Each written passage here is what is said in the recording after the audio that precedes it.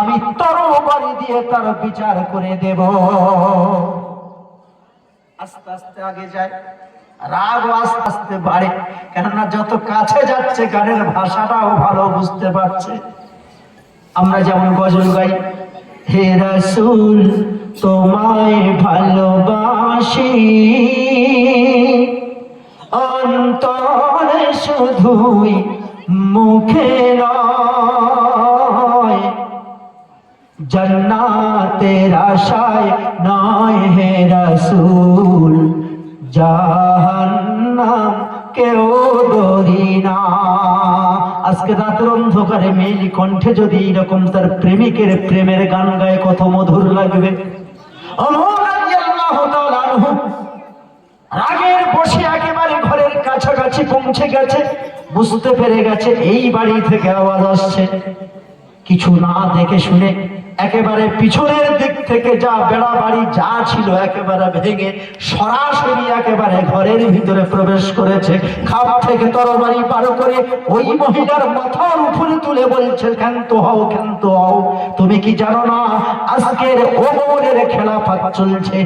আজকে তুমি কি জানো না ওমর এই তরবারি দিয়ে তোমার বিচার করবে? কেন রাতের অন্ধকারে তুমি একজন মহিলা হয়ে তুমি প্রেমের গান করো, তোমার প্রেমিককে আহ্বান করো। আজকের কোন পঞ্চায়েতের প্রধান বা কোনো এমএলএ বা এমপি যদি কোনো সাধারণ একটা মহিলার ঘরে প্রবেশ করে ওই রকমের হুমকি একটা দেয় যে খোলা বন্দুক রাইফেল হাতে করে নিয়ে তোকে মার্ডার করে দেব, তুই কেন এই গানটা গাইছিস বল? আচ্ছা বলুন, ওই মেয়েটার অবস্থা কি হতো? ভয়েতে কাঁপতো। হয়তো এমন কোন দুর্বল হাড়ের মেয়ে হলে হাট ফেলতো। ওমরের মতো মানুষ ঘরের ভিতরে প্রবেশ করে খোলা তরবারি হাতে, মুন্ডু উড়িয়ে দেবো তোর, তুই কেন আজকে রাতের অন্ধকারে প্রেমের গান গাইছিস বল?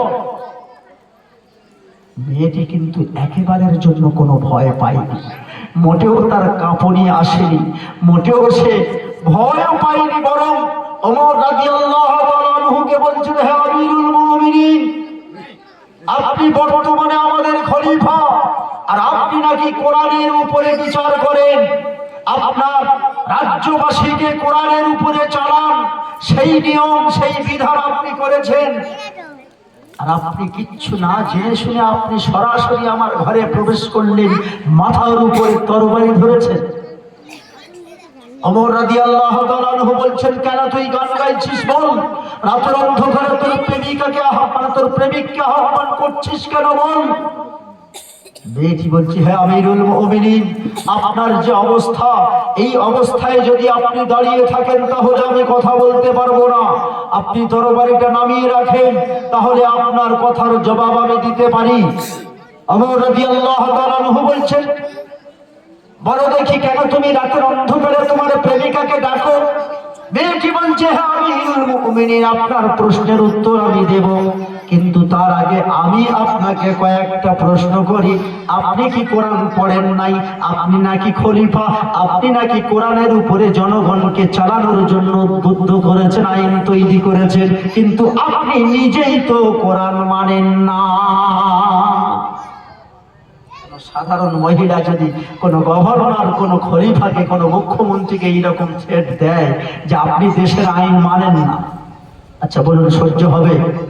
ওমরের মতো মানুষ ওখানে দাঁড়িয়ে আছে, রক্ত গরম হয়ে আছে, মাথার ভিড়টা যেন একেবারে রাগে টকটক করে ফুটছে। রে মেয়ে বলে কি, আমি নাকি কোরআনের আইন মানি না, আমি নাকি কোরআন পড়ি না, আমি নাকি কোরআনের উপরে আমল করি না।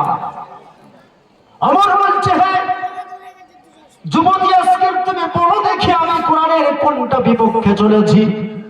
মেয়েটি বলছে, দেখুন হে আমিরুল মুমিনিন, আপনি কি কোরআনে পড়েন নাই? আলাইসাল বিদ্দু বিআন তাআতুল বুয়ুতা মিন যুহুরিহা ওয়ালাকিন্নাল বিদ্দু মান ইত্তাকা ওয়া আতুল বুয়ুতা মিন আবওয়াবিহা। হে আমিরুল মুমিনিন, আপনি কি কোরআনের এই আয়াতটা পড়েননি? হজের মৌসুমে সে যুগের কিছু কুসংস্কার ছিল। সে যুগে আরবের মানুষ যখন হজ করতে যেত, ওমরা করতে যেত, যখন তারা তালবিয়া পড়ে ইহরাম পরে নিত, তারপরে যদি কাছাকাছি বাড়ি, যেহেতু কোনো প্রয়োজন হয়তো বাড়ি আসার প্রয়োজন আছে, বাড়ি ফিরে আসতো। কিন্তু সেই সময়ে ওই জামানায় কুসংস্কার ছিল, ঘরের সামনে গেট, মেন গেট দিয়ে তারা প্রবেশ করতো না। যেহেতু তারা হজের জন্য বাহিরে গিয়েছে, আর মেন গেট দিয়ে প্রবেশ করবে না, পিছনের দরজা দিয়ে তারা ঘরে প্রবেশ করত। যা প্রয়োজনীয় বস্তু তাদের দরকার থাকতো সেটা নিয়ে তারা বার হয়ে চলে যেত। আল্লাহ পাক জানিয়ে দিলেন, ও হে মক্কাবাসী, আরবের মানুষেরা শুনে রাখো, ও হে বিশ্ববাসী তোমরা শুনে রাখো, তোমাদের ঘরের যদি দুটো রাস্তা হয়, একটা হলো পিছনের রাস্তা, একটা হলো সামনের রাস্তা, খবরদার এই পিছনের রাস্তা দিয়ে ঢোকাটা তোমরা নেকি বলে মনে করো। আমি আল্লাহ বলে দিলাম, পিছনের দরজা দিয়ে তোমাদের ঘরে প্রবেশ করা এটা কোনো নেকির কাজ নয়, ভালো কাজ নয়, বরং এটা হলো কুসংস্কার। আমি আল্লাহ বলে দিলাম, তোমাদের ঘরের মেন গেট দিয়ে তোমরা প্রবেশ করবে। হে আমিরুল মুমিনিন ওমর, আজকে আপনি খলিফা হয়েছেন, আপনি বলুন, আপনি আমার ঘরে এসেছেন কোন দরজা দিয়ে? কোন দিক থেকে ঢুকেছ? সামনের দরজা দিয়ে ঢোকেনি, পেছনের রাগের বসে পেছনের বেড়াবেড়ি যা ছিল ভেঙে একেবারে সরাসরি ঘরে প্রবেশ করেছে। ওমরের মতো খলিফা একজন মানুষ। কথাটা শোনার পরে একজন সাধারণ লেডি, সাধারণ মহিলা, সাধারণ একজন ভোটারের মুখ থেকে এমন থ্রেট শুনে সঙ্গে সঙ্গে মাথাটা যেন একেবারে নিচু হয়ে গেল, ভিজা বিড়ালের মতো হয়ে গেছে। একটা কথা সত্যি তো তাই। আল্লাহ তো কোরআনে এই কথাই বলেছে, মানুষের ঘরে যখন প্রবেশ করবে সামনের গেট দিয়ে, পিছনের গেট দিয়ে নয়। আরো শুনুন, হে আমিরুল মুমিনিন, আপনি কি কোরআনের অমুক জায়গাতে ওই আয়াতটি পড়েননি? ইয়া আইয়ুহাল্লাযীনা আমানু লা তাদখুলু বুয়ুতান গায়রা বুয়ুতিকুম হাত্তা তাস্তানিসু ওয়া তুসাল্লিমু আলা আহলিহা। আপনি কি কোরআনের ওই আয়াতটি পড়েননি? হে বিশ্বাসী বান্দাগণ, যখন তুমি কারোর ঘরে প্রবেশ করবে, তাহলে সর্বপ্রথম তার অনুমতিটা নিয়ে নাও। অতুসাল্লিমু আলা আহলিহা, সেই ঘরে যারা আছে তাদের উপরে সর্বপ্রথম তুমি সালাম পাঠাও।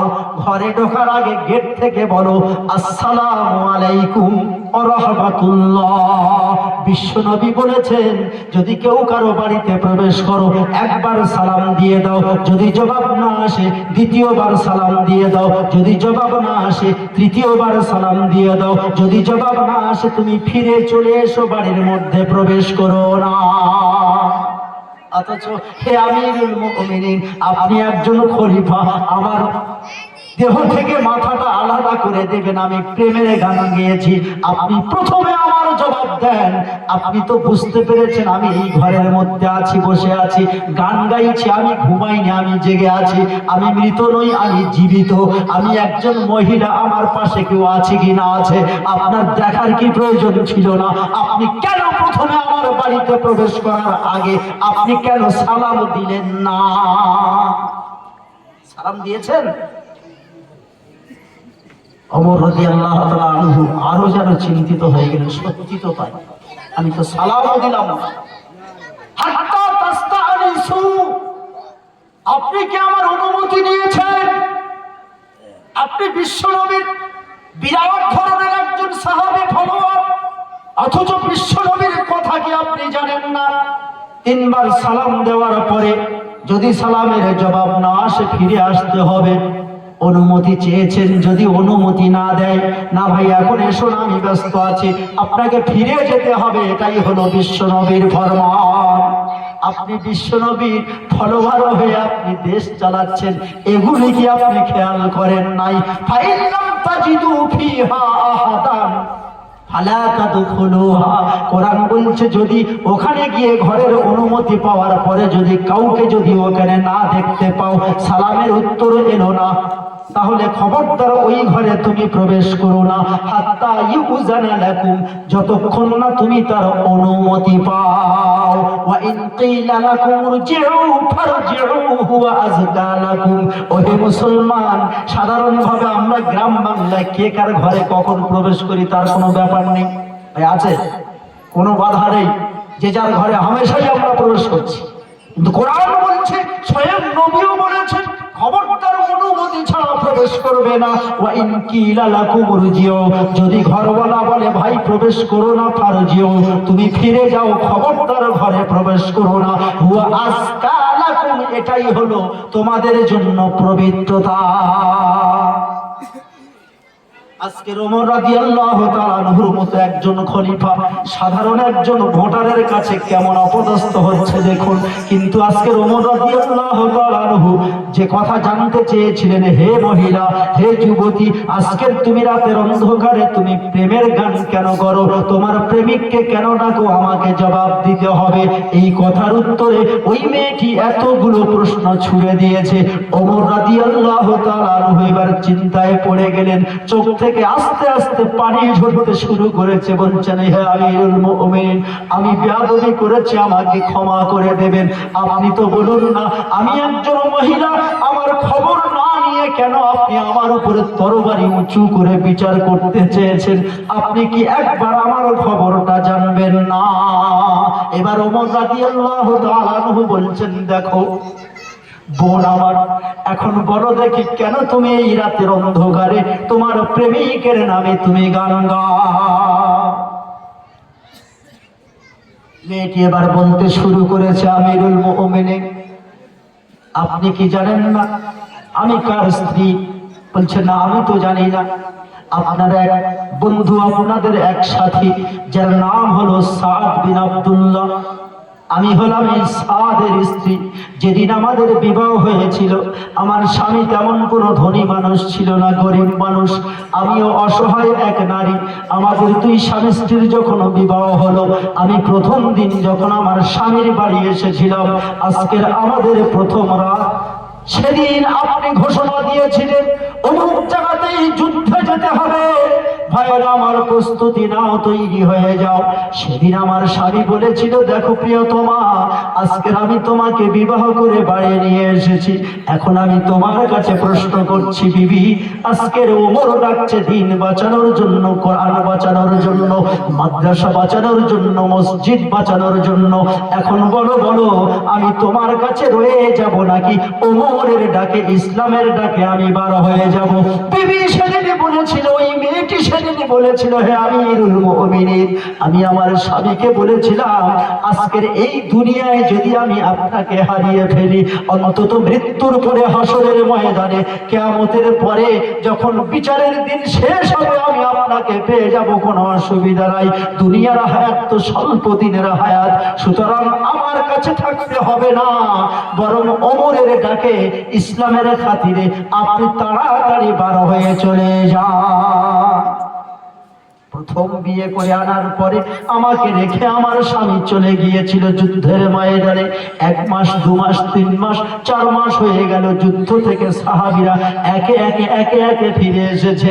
একজন নতুন বিবাহিতা বধূ, একজন নতুন বিবাহিতা বউ যদি তার স্বামী ছেড়ে 4 মাস এই গরিবানা মতে এই ঘরে থাকে, আপনি মনে মনে বিচার করে বলুন তার কত কষ্ট হয়। সুতরাং 4 মাস পরে আমি গুটি গুটি পায়ে পর্দা করে, হে আমিরুল মুমিনিন, আমি আপনার দরবারে উপস্থিত হয়েছিলাম, আপনি আমাকে দেখতে পাননি, কিন্তু আমি সমস্ত সাহাবাদের, মানে যারা যুদ্ধে গিয়েছিল তাদেরকে ফলো করেছিলাম, আমার স্বামীকে ওদের মধ্যে দেখতে পাই না। সেদিন আমি একজন সাহাবীকে পাঠিয়েছিলাম আপনার কাছে, আপনি হয়তো জানেন, খেয়াল করে দেখুন, সেই সাহাবী আপনার বাড়িতে গিয়েছিল, সালামও দিয়েছিল, আপনি সালামের উত্তর দেন নাই। 1 বার 2 বার 3 বার সালাম দিয়েছিল সেই সাহাবী, আপনি কোনো কাজে এমন ভাবে ব্যস্ত ছিলেন, শুনতে পাননি কি সালামের উত্তর দেন নাই। সেই সাহাবী সেদিন আপনার বাড়ি থেকে ফিরে এসেছিল, আবার আপনি একজন সাহাবী পাঠিয়ে দিয়েছিলেন, কে এসেছে দেখো, সালাম দিচ্ছিল একটু আগে, তাকে ডেকে আনো। যখন ডেকে আনা হয়েছিল, সেই সাহাবী সেদিন বলেছিল, হে আমিরুল মুমিনিন, আমি রাসূলের মুখ থেকে শুনেছি এই কথা, যখন কারো বাড়ি যাবে 3 বার সালাম দেবে, অনুমতি নেবে, যদি ঢুকতে প্রবেশ না দেয়, সালামের উত্তর না দেয়, তাহলে ফিরে আসবে, তার বাড়ি ঢুকবে না। ওমর রাদিয়াল্লাহু তাআলা আনহু বলল, হে সাহাবী শোনো, হে সাথী শোনো, এই হাদিসটি কি তুমি রাসূলের মুখ থেকে শুনেছো? ওই সাহাবী বলছে, হে আমিরুল মুমিনিন, আমি নিজের মুখে এই কথাটা শুনেছি। আমিরুল মুমিনিন ওমর বলছে, এই হাদিসটা তো আমার শোনার সৌভাগ্য হয় না। এই কথাটা যে তুমি বলেছো বিশ্ব নবীর মুখ থেকে শুনেছি, এর প্রমাণ তুমি জোগাড় করো। যদি প্রমাণ না পারো, প্রমাণ না আনতে পারো, তাহলে তোমার বিচারও আমার হাতে হয়ে যাবে। কেননা বিশ্ব নবীর সামনে তুমি মিথ্যা কথা বলবে, হাদিস এটা না, এটা চলবে না। সুতরাং তুমি যে কথাটা বলেছো যে আমি বিশ্ব নবীর মুখ থেকে শুনেছি, 3 বার সালাম দেওয়ার পরে যদি জবাব না আসে, তাকে ফিরে আসতে হবে, এই কথাটার সাক্ষী আমি চাই। এই সাহাবী তো বিপদে পড়ে গেল, বলে ওমরের কোপে আমি পড়েছি। এবার বিপদের শেষ নাই, অন্যান্য সাহাবীদের কাছে গিয়ে বলছে, ভাই আমি ওমরের কোপে পড়ে গেছি, কি হবে? এই যে হাদিসটি আমি বলেছি, এটা আপনারা কেউ শুনেছেন? ওর ভিতর থেকে 2-1 জন বললেন, হ্যাঁ আমরা শুনেছি। তাহলে আপনারা একটু চলুন, আমার হয়ে সাক্ষী দেবেন, নইলে তো ওমর আজকের আমার গর্দান কেটে নেবে, কারণ আমি মিথ্যা হাদিস বর্ণনা করতে পারবো না। সুতরাং আমি যেটা বিশ্ব নবীর কাছে শুনেছি, সেটা আপনারা একটু সাক্ষী দেবেন। সেদিন আপনার সাথী সঙ্গীরা গিয়ে সাক্ষী দিয়েছিল, আপনার খেয়াল আছে? ওমর রাদিয়াল্লাহু তাআলা আনহু বলছেন, হ্যাঁ সেদিন আমার কাছে এই ঘটনা ঘটেছিল। আরে আমি তো পাঠিয়েছিলাম ওই সাহাবীকে যে আমার স্বামীর একটু খবর নিয়ে দেখো। সমস্ত সাহাবীরা ফিরে এলো, আমার স্বামী কেন ফিরে এলো না? সেদিন আমি খবর পেয়েছিলাম, আপনি বলেছিলেন যে হ্যাঁ আপনার স্বামী আব্দুল্লাহ বিন সাদ ফিরে এসেছিল, কিন্তু একেবারে অতি জরুরি কারণে, বিশেষ প্রয়োজনে আরেকটা জায়গায় কিছু মানুষের যুদ্ধের যাওয়ার প্রয়োজন ছিল, তাদের মধ্যে আমি ওই আব্দুল্লাহকে আবারও পাঠিয়ে দিয়েছিলাম। মেয়েটি বলছে, আমিরুল মুমিনিন, এই খবর যখন আমি পেলাম, বড়ই ব্যথা পেলাম, কষ্ট পেলাম। আমি বিছানায় একা থাকি, এখানে আশেপাশে তেমন কোনো ঘর বাড়িও নাই। আচ্ছা আজকের বলুন, এই পরিস্থিতিতে যদি এইরকম একজন মহিলা আমাদের সমাজে থাকে, সে ঠিক থাকবে নাকি রং নাম্বারে বুঝে যাবে? কি বলে? ভালো ভালো ঘরের মেয়েরা আজকাল যখন স্বামী বিদেশে 1 মাস 2 মাস 6 মাস চলে যায়, দেখা যাচ্ছে সেই সমস্ত 2 ছেলের মা, 3 ছেলের মা, 4 ছেলের মা, দেখা যাচ্ছে সব পালিয়ে চলে যাচ্ছে, যাচ্ছে না? সব চলে যাচ্ছে। কিন্তু সেই জামানার কথা দেখুন, যেহেতু মেয়েটি কোরআনের উপরে বিশ্বাস করে, কোরআন জানে, কোরআনের ব্যাখ্যা জানে, কোরআন বোঝে, কোরআনের প্রতি একই আছে, বিশ্বাস আছে, তাই একা এক ঘরে থাকে। স্বামী আজ 4 মাস হয়ে গেল, 2 মাস পার হয়ে গেল। আবার সেই যুদ্ধ থেকে ফিরেছে যে সমস্ত সাহাবারা, সেই সাহাবাদেরকে আবারও লক্ষ্য করছেন। তিনি বলছেন, হে আমিরুল মুমিনিন, আমি আর যাইনি, যেহেতু আমি কষ্ট বেশি পাবো যদি না ফিরে আসে। তাই আমি একজন সাহাবীকে আবারও খবর নিতে বললাম। সে এসে খবর দিল, আপনার স্বামীকে আরো এক জায়গায় যুদ্ধে পাঠানো হয়েছে 6 মাসের জন্য। আমি অবাক হয়ে গেলাম, হে আমিরুল মুমিনিন, কতদিন সইতে পারে মানুষ? তাই আমি রাতের অন্ধকারে এশারের নামাজের পরে কখনো কোরআন তেলাওয়াত করি, কখনো দোয়া করি, কখনো জিকির আজকার করি। যখন মনটা বড় খারাপ হয়ে যায়, তখন ওই রাতের অন্ধকারে আমি একা বসে বসে ওই প্রেমের গানটুকু আমি গাইতে থাকি। ওই হে স্বামী, তুমি কতদিন হয়ে গেল চলে গেছো, আমি তোমার জন্য সুন্দর বিছানা বিছাইয়া তৈরি হয়ে আছি, গোলাপ নিয়ে দাঁড়িয়ে আছি, এসো এসো, তোমার অপেক্ষায় আমি দাঁড়িয়ে আছি। এই গানটি আমি করতে থাকি। আমিরুল মুমিনিন হযরত ওমর রাদিয়াল্লাহু তাআলা আনহু ঘটনাটা শোনার পরে কাঁদতে শুরু করে দিয়েছেন। একেবারে ছোট্ট বাচ্চাদের মতো জোরে জোরে কাঁদতে শুরু করে দিয়েছে। মেয়েটির কোনো উত্তর আর দিল না, ঘর থেকে তাড়াতাড়ি বার হয়ে চলে গেল, গিয়ে হুকুম জারি করে দিল, একেবারে সে আব্দুল্লাহ বিন সাদ কোন যুদ্ধে কোথায় আছে, এখনই তাকে বাড়ি ফিরতে বলো। আজকে আজকের আমি আপনি একটুখানি হিসাব করে দেখি, সেই যুগের একটা অসহায় মেয়ে দ্বীন ইসলামকে বাঁচানোর জন্য কতটুকু ত্যাগ স্বীকার করেছিল। আজকের এই জামানায় ত্যাগ স্বীকার করা দূরের কথা, এই মসজিদ মাদ্রাসাগুলো বাঁচানোর জন্য আজকের অভাব মানুষের নেই। একটা বিড়ির পয়সা যদি প্রতিটা মুসলমান যদি মাদ্রাসা মসজিদের পিছনে ব্যয় করে, তাহলে মাইক লাগিয়ে এইরকম 20,000 25,000 এপার বাংলা ওপার বাংলার বড় বড় বক্তা এনে হাজির করার প্রয়োজন হতো না। কি বলেন, প্রয়োজন হতো? একটা বিড়ির পয়সা, শুধু একটা বিড়ির পয়সা। যারা বিড়ি পান করেন সারাদিনে অন্তত 10টা বিড়ি তো খান, যারা অল্প খায়, আর যারা বেশি খায় ও 20-25 পার হয়ে যাচ্ছে। ছোট বান্ডিলের দাম হচ্ছে 10 টাকা। আপনি যদি প্রত্যেক দিন 10 টাকার বিড়ি খান, এক মাসে আপনি বিড়ি পান করবেন 3 10 30, 300 টাকা। বছরে হবে কত? 3 12 3600 টাকা। একজন যারা অল্প বিড়ি খাচ্ছেন 3600 টাকার বিড়ি খেয়ে আপনারা 3600 টাকা বছরে ব্যয় করছেন। প্রত্যেকটা মানুষ যদি 3600 টাকা করে মসজিদের মাদ্রাসায় দিত, এই কালেকশন করার প্রয়োজন থাকতো? ছোট ছোট বাচ্চারা ব্যাগ নিয়ে ঘুরতে হতো? এগুলো মাঝে মাঝে দেখি আর ভাবি, খুব কালেকশন করি বটে, বড় কষ্ট হয় যে ইসলামের জন্য মাইক লাগে মানুষের কাছে হাতে পায়ে ধরতে হচ্ছে। দাও গো দাও গো দাও গো দাও গো, কত নতুন রকমের গল্প বনিয়ে বনিয়ে কান্না আনিয়ে তবে রস বার করতে হচ্ছে। কি কষ্ট! সে যুগে কি এইরকমই ছিল? ইসলামের জন্য দিতে হবে, সাহাবারা কি এইরকম করেছিল? হ্যাঁ, মাইক লাগিয়ে হেভি করে ওয়াজ করতে হবে তবে মানুষ পকেট থেকে টাকা বার করবে? সাধারণ একজন মহিলা দিন বাঁচানোর জন্য নিজের স্বামীকে ত্যাগ করে দিল, যাও চলে যাও। 6 মাস 8 মাস 10 মাস 12 মাস হয়ে গেল, তবু একাই রয়ে গেল। কতটুকু কষ্ট এই মহিলার হয়েছিল। বহু ইতিহাস এরকম আজকের ওই সাহাবাদের জামানার রয়েছে। আমি আজকের ছোট্ট আবদার করব, বেশি সময় নেব না।